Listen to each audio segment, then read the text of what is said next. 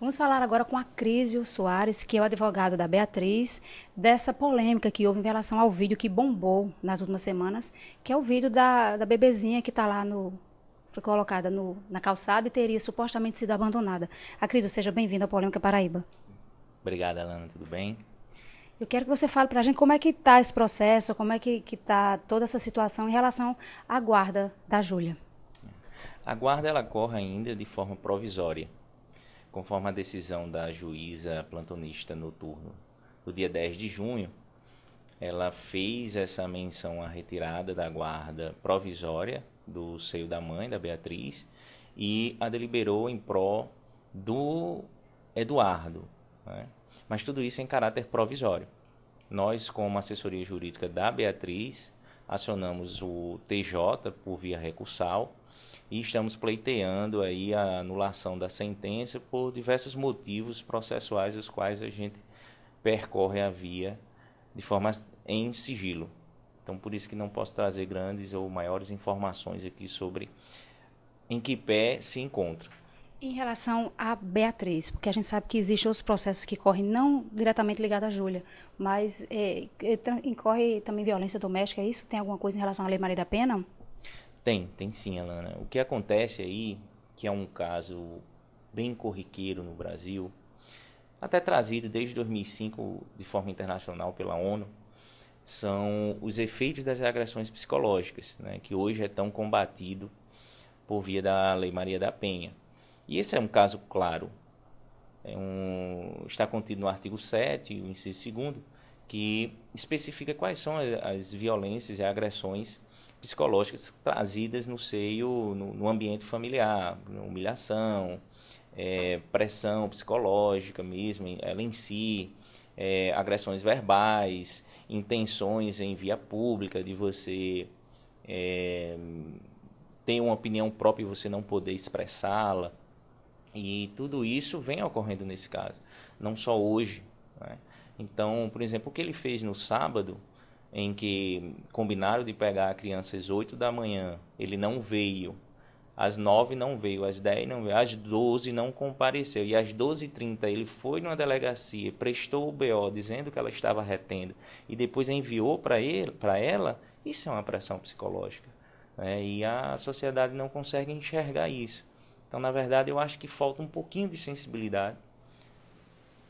Fica claro quando você percebe, por exemplo, eu pego um vídeo daquele, levo para um ente jurídico que vai deliberar sobre o caso e ele, por um ato de 5 segundos, porque ela era a mãe, retirou da criança o seu direito de permanecer, um direito constitucional, inclusive, de estar com a mãe, estar no seu familiar, o qual ela percorreu 9 meses, depois mais 11 meses e alguns dias, quase 12 meses. E por um ato desse, simples, por mais que ele, de forma isolada, tenha uma perspectiva um tanto quanto realista, mas não pode mensurar todo um passado e um futuro. Isso é característica de uma atitude machista.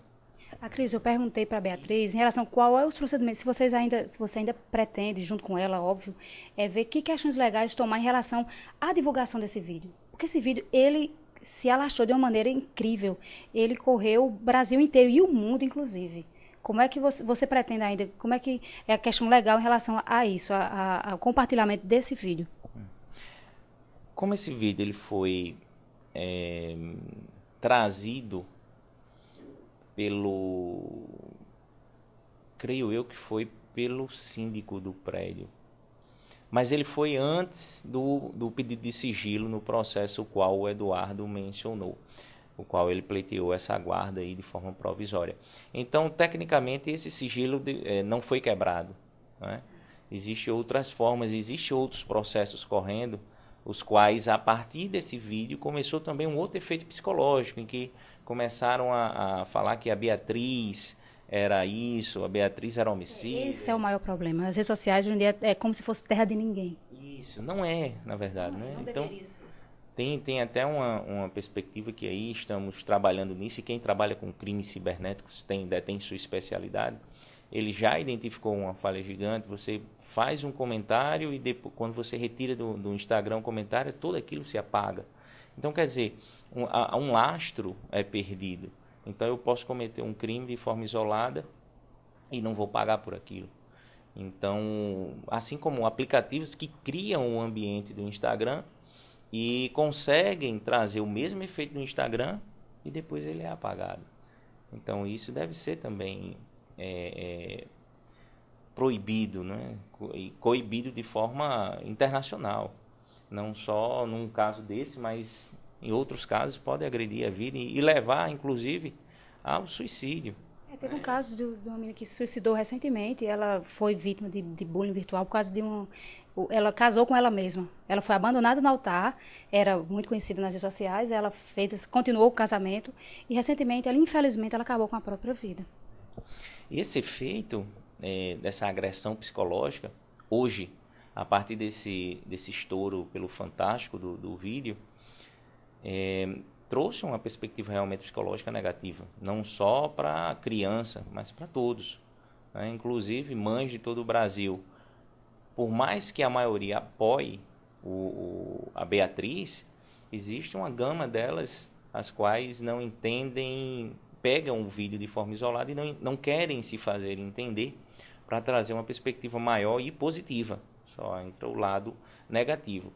Essas mães, essas pessoas as quais veem o lado negativo dessa ação, ela até está contida dentro de um estudo de gênero, né? Que aí Está vivendo tempos difíceis de autoritarismo, assim, de pessoas de raivas muito alarmadas. Isso. E esse estudo de gênero que faz essa discriminação exata aí de como cada agressão vale na cabeça de uma pessoa, sendo ela feminina, masculina, enfim, ela tem um efeito maior sobre isso. Então, o que a gente precisa é coibir realmente esse tipo de agressão psicológica, né? A própria pessoa que está recebendo, ela tem que identificar, que às vezes ela não consegue identificar. Assim, mas ele não me batia. Isso é uma frase, tem até campanhas na internet. Mas, como eu estava falando com a Beatriz, até a violência psicológica, ela não é mensurável, ela não é visível. Só sabe quem passa. Não, o simples fato de você chegar todo dia à noite, né, em casa, e você dizer, mas você deixou seu cachorro de novo ali fazer isso? Não quer dizer, uma vez só, isolada, não tem problema. Mas você todo dia, você chegar para uma pessoa e dizer, de novo aquilo ali, aquilo vai trazendo um efeito psicológico, e na maioria das vezes ela é negativa. Então a gente precisa realmente combater isso, precisa levar isso para as vias processuais, se for o caso, e de conscientização também, para a pessoa que está sofrendo, ela conseguir identificar.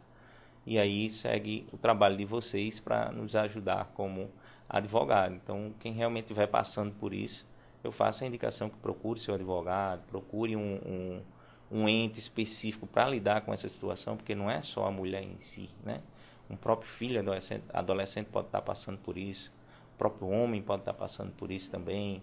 Então, a Lei Maria da Penha, ela não trata especificamente da mulher. Violência doméstica, né? E infelizmente os casos de violência sexual acontecem 70% dentro de casa. Tem a psicológica, tem a financeira, tem tanta coisa. Infelizmente, as perspectivas não são boas, né? É verdade. E nesse caso em particular, nós temos aí diversas agressões, as quais remetem à agressão psicológica. Inclusive, são 4 ou 5 processos que correm com crime de calúnia. Como calúnia? Eu que estou sofrendo a calúnia, como é que agora eu estou sendo responsável? Né? Eu estou sendo vítima e, ao mesmo tempo, autora. Então, é um entrelace de informações para que consiga continuar prejudicando a Beatriz psicologicamente. Né? Vamos atacar. É para deixar ela mais perturbada, para deixar ela mais fragilizada, para tirar o foco dela. Então, assim, é notório o que está acontecendo, né? E a gente está lutando, utilizando de todas as armas para conseguir derrubar essa gama de processos que o Eduardo está trabalhando em pró dessa agressão psicológica. Então, o que a gente deseja aqui é o melhor para a Júlia, que os dois têm que pensar nela, né, que ela só tem 1 ano, é uma criança linda, por sinal, e que desejamos boa sorte para você e principalmente boa sorte para a Júlia, para todos nós, né? Que termine tudo bem, que tá todo mundo em paz, que fique tudo resolvido para todo mundo. Verdade. Que a gente consiga retornar aqui, trazendo a Júlia nos braços, né? E que toda uma família seja restaurada. Eu acho que é isso que a gente busca, como advogado, como cidadão, como pai, né? E como auxiliar de um judiciário que hoje está necessitado. Então é isso que a gente pede. Então, ok, Cris. Muito obrigada. Alânia Poneira para o Polêmica Paraíba.